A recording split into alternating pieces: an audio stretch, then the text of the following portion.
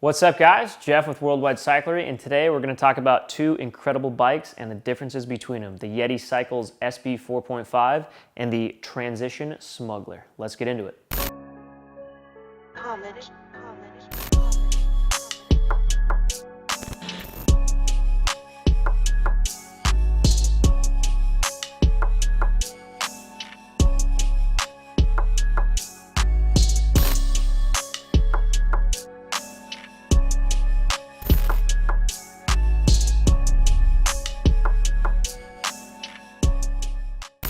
All right, so this is a video I'm pretty excited to make because I actually personally have a lot of hours on each one of these bikes and I really enjoy them both. And they're actually pretty darn different. They're not very similar, even though they are in a similar travel and wheel size range. So both of these bikes are 29ers and I guess what you could call mid-travel bikes. So the SB4.5 is 4.5 inches of rear wheel travel, which is 114 millimeters. The fork is 140 millimeters of travel, and the Smuggler is pretty similar. So 120 millimeters of rear travel and 140 millimeters of fork travel.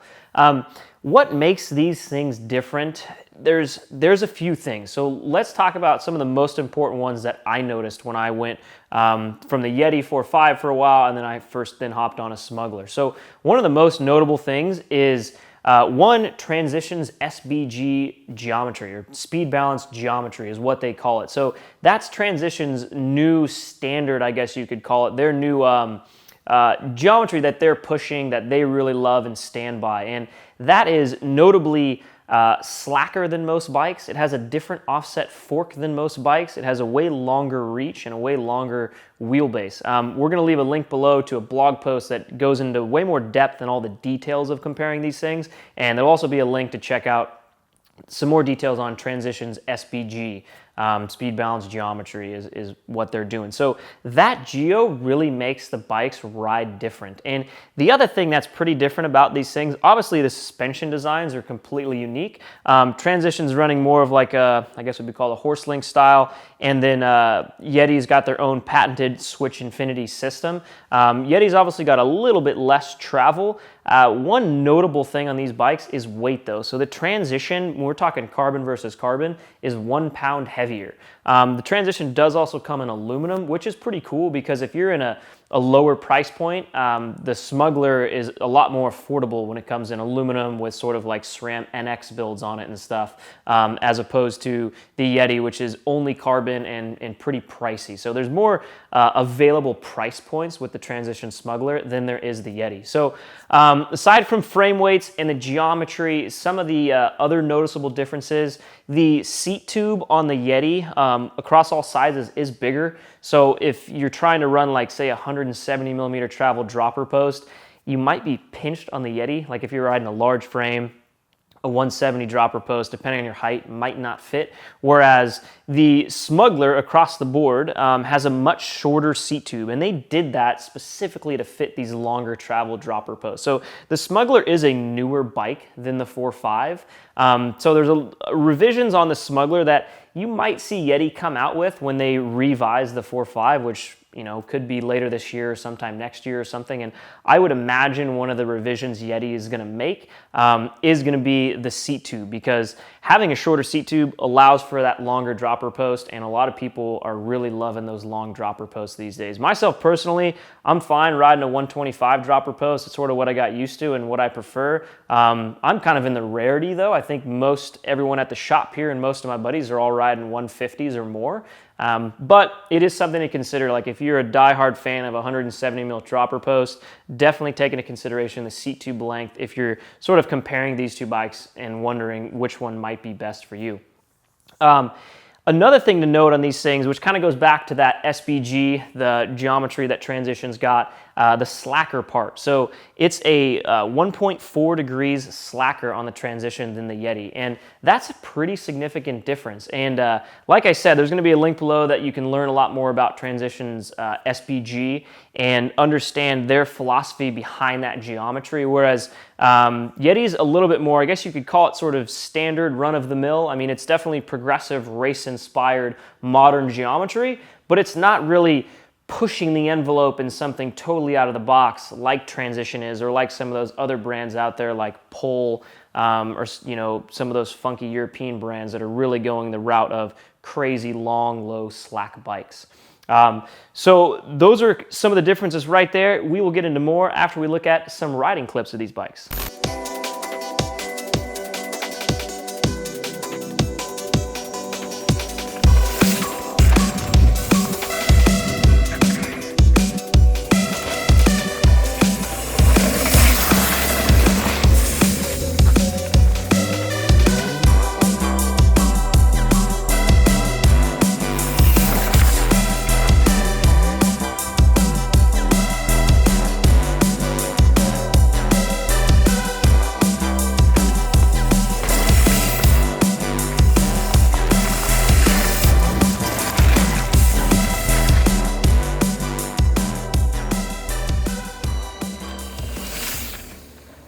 All right, so back into the key differences of these bikes. And like you might imagine, when it comes to the Transition being a little bit heavier, a little bit slacker, a little bit longer wheelbase, it also has 7mm shorter chainstay versus the Yeti.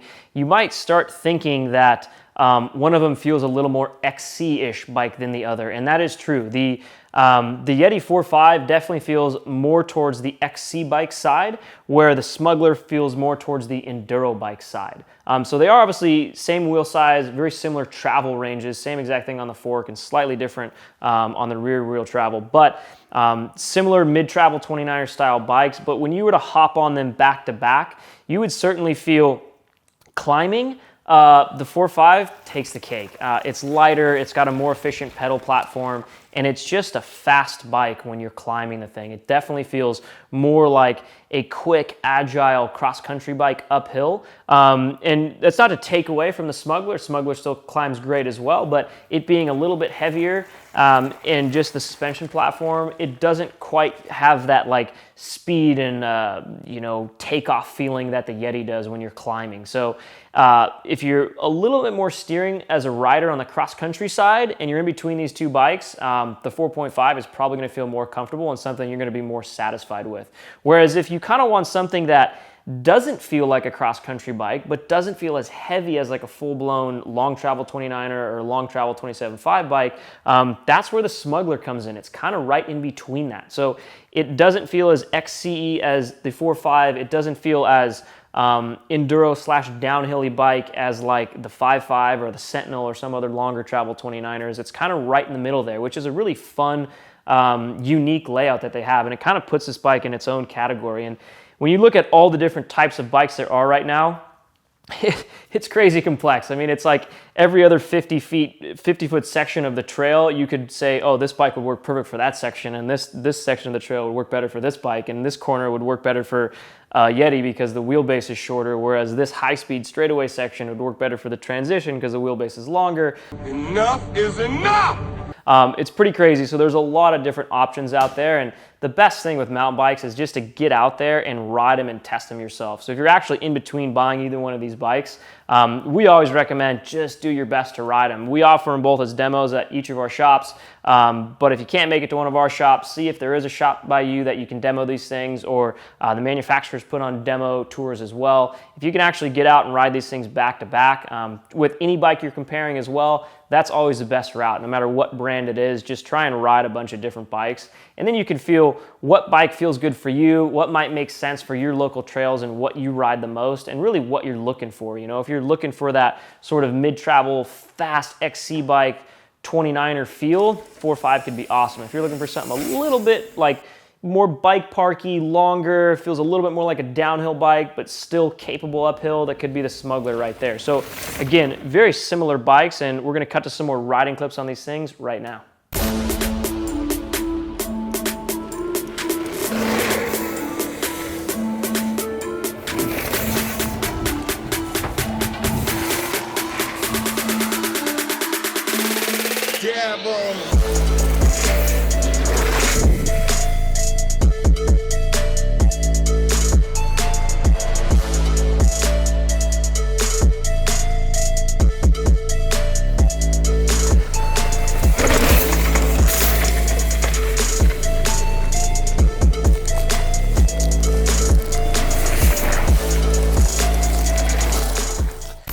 So let us know what you guys think about either of these bikes. Do you have one? Do you have the other? Do you think one's better than the other? Or do you ride a completely different bike in general and think that your bike is way better than either of these? Let us know all your thoughts in the comments below. Don't forget to hit that subscribe button, and we'll see you guys in the next one.